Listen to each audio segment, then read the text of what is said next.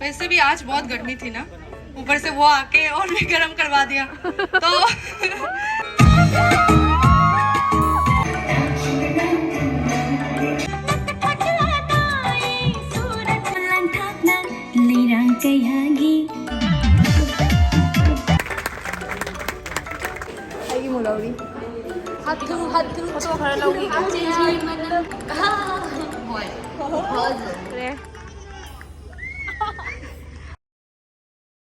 Do miyam ai loisana loina thoe hauji program ama yautharuge do miyam asigi video se namsana thamgiba video ni aina kona thangalage na sum lehoba video ni do ngasi thangachare ebako ado ai hojik chali se miyam kadai da chali no kari gi chali no kamaina no ana haba do miyam dum phajana wari chali jarake akhoi gi thawal gi matamda thawal tawbagi da akhoi kasipur gi CRP camp da CO sir ga wari sanaraga haidi sanaba changmuidana ko do changmuduga ma khoi thawal da su CO sir se la ame aduga CO sir na haire moi gi program ama lei khoi thawal loiraga ko aduga iduga noi mayam su laktana do ai di noi angang sing dance taw haningba kari kari program am silo haidana khoi mayam se dugi haidi angang sing jagoi sagadaba sing jagoi tamhana khona hojik program no mi ne ba khoi to ise do khoi gi horan anchor hoi de ni लिखा ना वो एक बार ही पढ़ा नहीं पता नहीं क्या करूंगी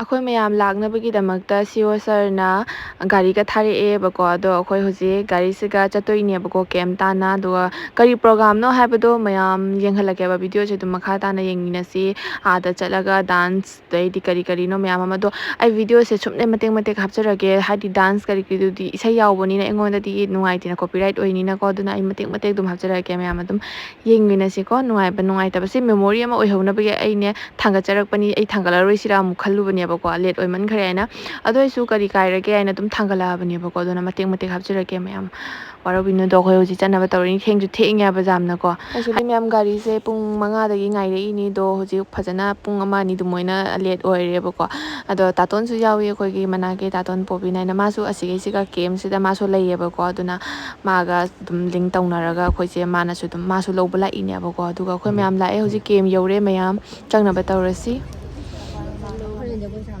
मी मैम लामे अकोना खादगी लास्ट अथेंगबा हाय मेसा दum theng le ko मैम लाए khoi lakpa ngai ba ma na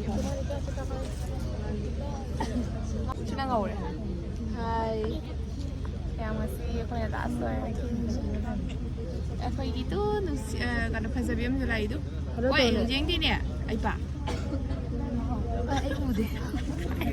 ai ude kai go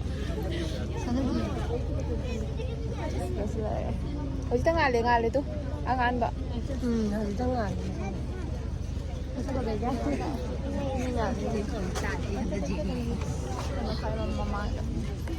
dana man thingi ne na ha ate ma hana jana to bala ne na ja disi sari je hona bini ne loi kau bani ai shalai si ju kauri ba ya de ba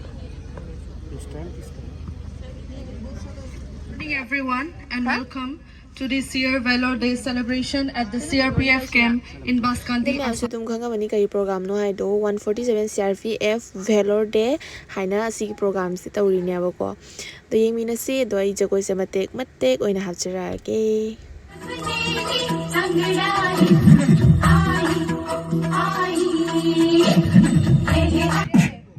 Have it go.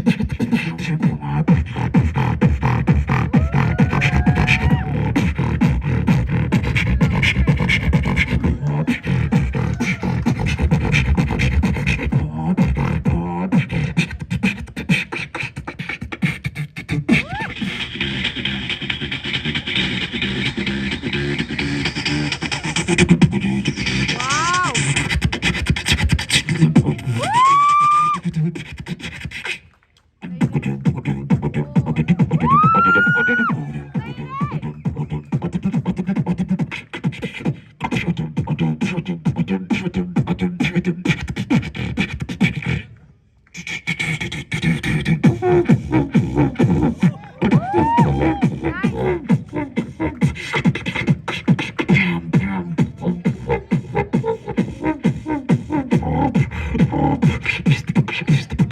we go, ladies and gentlemen. This is your man. This is Beatbox. My name is David.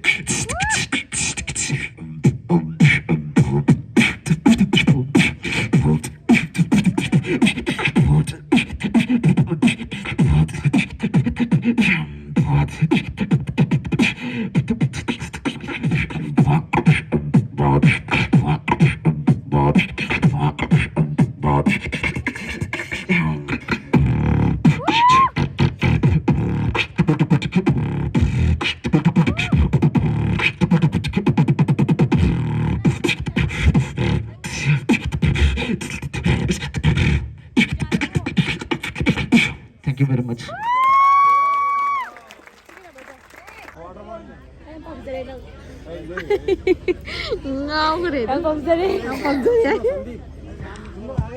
Thank you for the wonderful performance, David. Next, I would like to call Jevli Mar for his dance performance.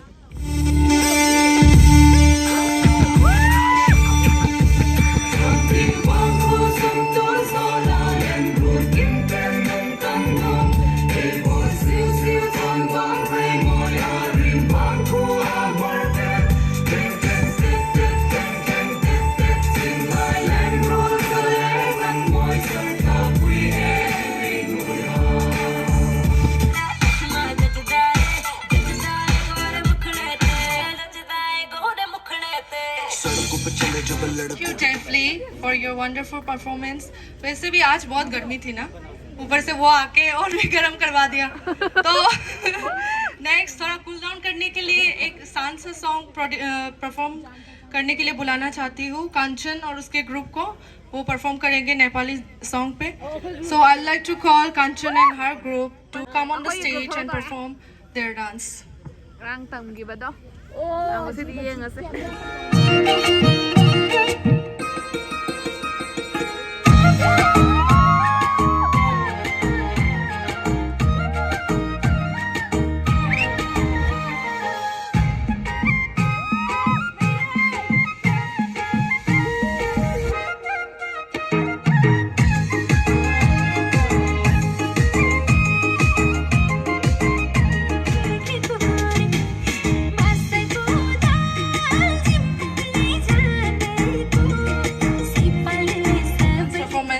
Next, I would like to call Y. Misna Singha to perform her Manipuri folk dance.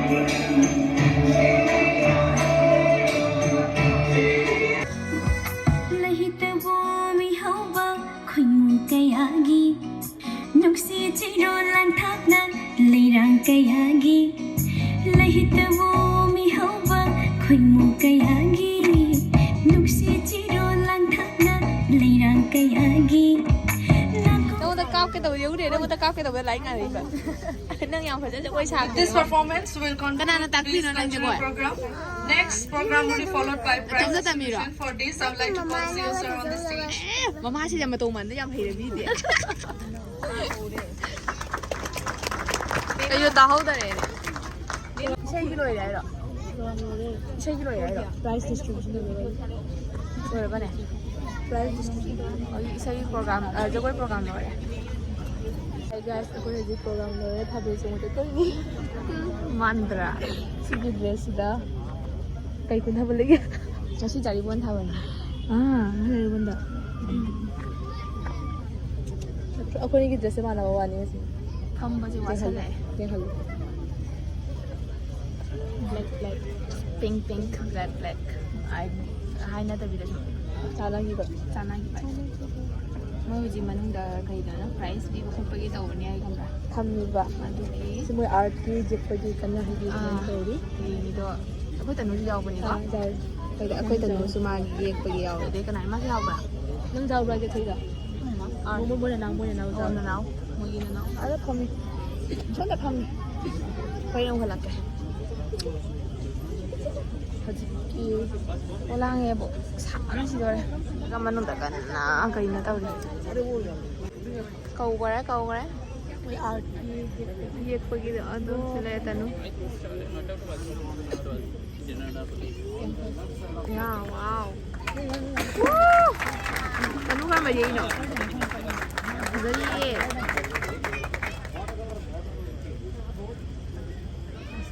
ꯀꯔꯝꯕꯅꯣ ꯇꯅꯨꯒꯤꯁꯦ Now I'd like to call the creative mind behind the paintings. First, Miss Rasmi Devi. Second, Gautam Kar. Third, Baby Sinha. Fourth, Shivam Das. Fifth, Gorshankar Nath. Sixth, Anup Kaur Barbuya. ꯃꯌꯥꯝ ꯖꯒꯣꯏ ꯄ꯭ꯔꯣꯒꯥꯝꯗꯤ ꯂꯣꯏꯔꯦꯕꯀꯣ ꯑꯩꯅ ꯅꯝꯍꯧꯕ ꯈꯔꯗꯨꯗꯅꯤ ꯃꯇꯦꯛ ꯃꯇꯦꯛ ꯊꯥꯡꯒꯠꯆꯔꯛꯏꯗꯣ ꯑꯗꯣ ꯑꯁꯤꯁꯤꯅ ꯑꯩꯈꯣꯏ prize ꯄꯤꯕꯒꯤ ꯊꯧꯔꯝ ꯍꯥꯏꯒꯗ꯭ꯔꯥ ꯑꯗꯨꯅꯦꯕꯀꯣ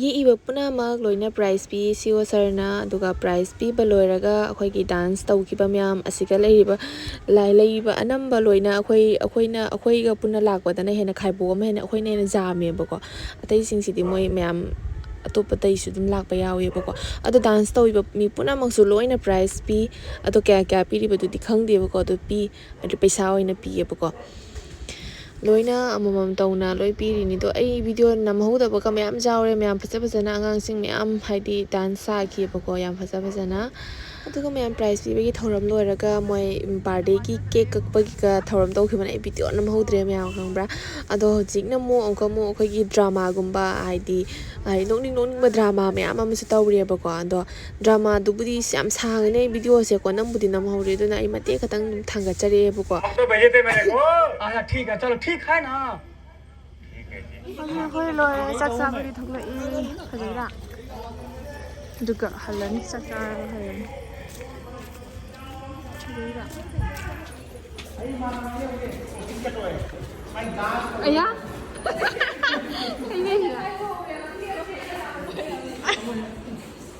ꯀꯩꯅꯣ ꯅꯨꯄꯤ ꯁꯥꯗꯣꯏꯔꯣ ꯅꯨꯄꯤ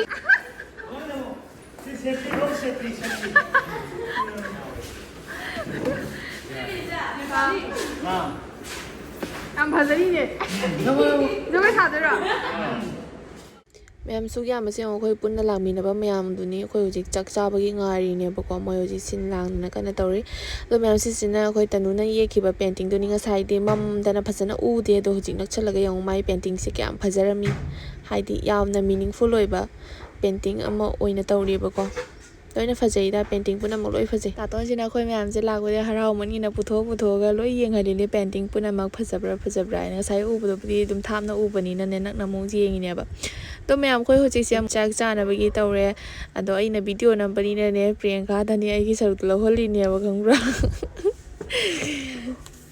ꯑꯗꯣ ꯃꯣꯏ ꯆꯥꯅ ꯊꯛꯅꯕꯁꯨ ꯑꯗꯨꯝ ꯐꯖꯅ ꯑꯦꯔꯦꯟꯖ ꯇꯧꯕꯤꯔꯝꯃꯦ ꯑꯩꯈꯣꯏ ꯃꯌꯥꯝꯒꯤꯗꯃꯛꯇ ꯑꯩꯒꯤ ꯃꯨꯛ ꯂꯧꯔꯤ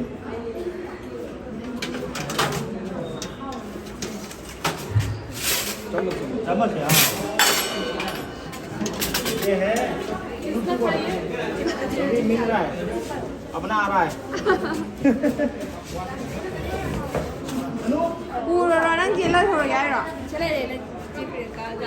ꯅꯣꯏ ꯁꯤꯂꯧꯕ ꯖꯥꯏꯅꯦ ꯅꯁꯥꯅ ꯃꯣꯏꯅ ꯀꯔꯤꯝ ꯍꯥꯏꯔꯣꯏꯅꯦ ꯍꯥꯎꯕ꯭ꯔꯥ ꯀꯥꯝ ꯋꯥꯂꯤ ꯑꯩꯈꯣꯏ ꯉꯁꯥꯏ ꯁꯥꯕꯗꯣ ꯔꯥꯙꯥ ꯁꯥꯕꯗꯣ ꯃꯣꯏꯁꯦ ꯐ꯭ꯔꯥꯏ ꯑꯣꯏꯕ ꯃꯥꯜꯂꯦ ꯍꯥꯎꯋꯤ ꯇꯦꯁ ꯑꯃ ꯉꯁꯥꯏ ꯖꯒꯣꯏ ꯌꯥꯝ ꯁꯥꯗꯔꯦ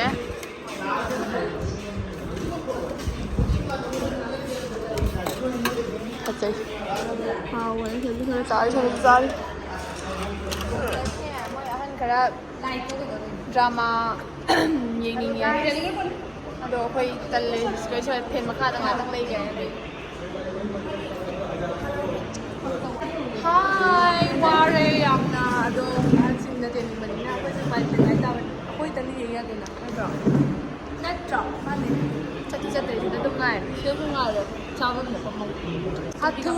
Photo para lawgi ka. Cheji manantan. Ito na po thari ko ko ako maghaga. Yung nga ko nga to ko sa do. Iya lah dia ba. Hoy. Babe, never naman sila.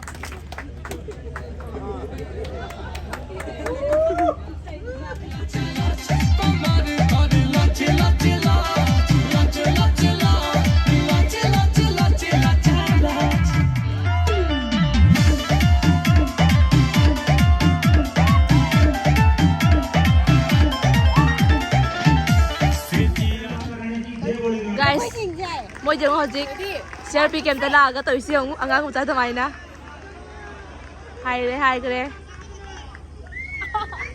hay tía say siêu tuổi siêu ngô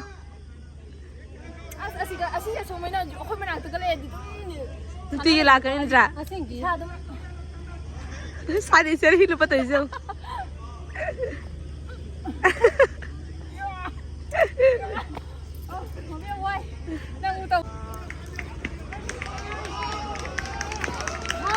mau đi đâu rồi ngồi qua đi ta tôi lại yêu rồi khơi hẳn lagi ta lại mẹ em hẳn lagi khá đủ gari khám vào đời phát được bây giờ bây giờ này có लड़का hẳn mấy पीछे जाओ tham dự lắm anh là bây giờ mình boss sao này पीछे जाओ ngồi là thìn bị gây nè thùng không ꯑꯗꯨꯅꯤ ꯃꯌꯥꯝ programme ꯂꯣꯏꯔꯕꯅꯤꯅ ꯆꯥꯊꯣꯛꯑꯦ ꯊꯛꯊꯣꯛꯑꯦ ꯏꯟꯖꯣꯏ ꯇꯧꯔꯦ ꯑꯗꯣ ꯑꯩꯈꯣꯏ ꯍꯧꯖꯤꯛ ꯍꯟꯅꯕ ꯊꯣꯛꯂꯛꯑꯦ ꯃꯣꯏꯅ ꯊꯤꯟꯕꯤꯔꯦ ꯑꯗꯨꯅꯤ ꯚꯤꯗꯤꯑꯣꯁꯨ ꯂꯣꯏꯁꯤꯟꯖꯔꯒꯦ ꯃꯊꯪꯒꯤ ꯅꯦꯛꯁ ꯚꯤꯗꯤꯑꯣꯗ ꯐꯪꯅꯔꯁꯦ ꯃꯌꯥꯝ ꯁꯥꯎꯕ ꯌꯥꯗꯦ ꯕꯥꯏ ꯕꯥꯏ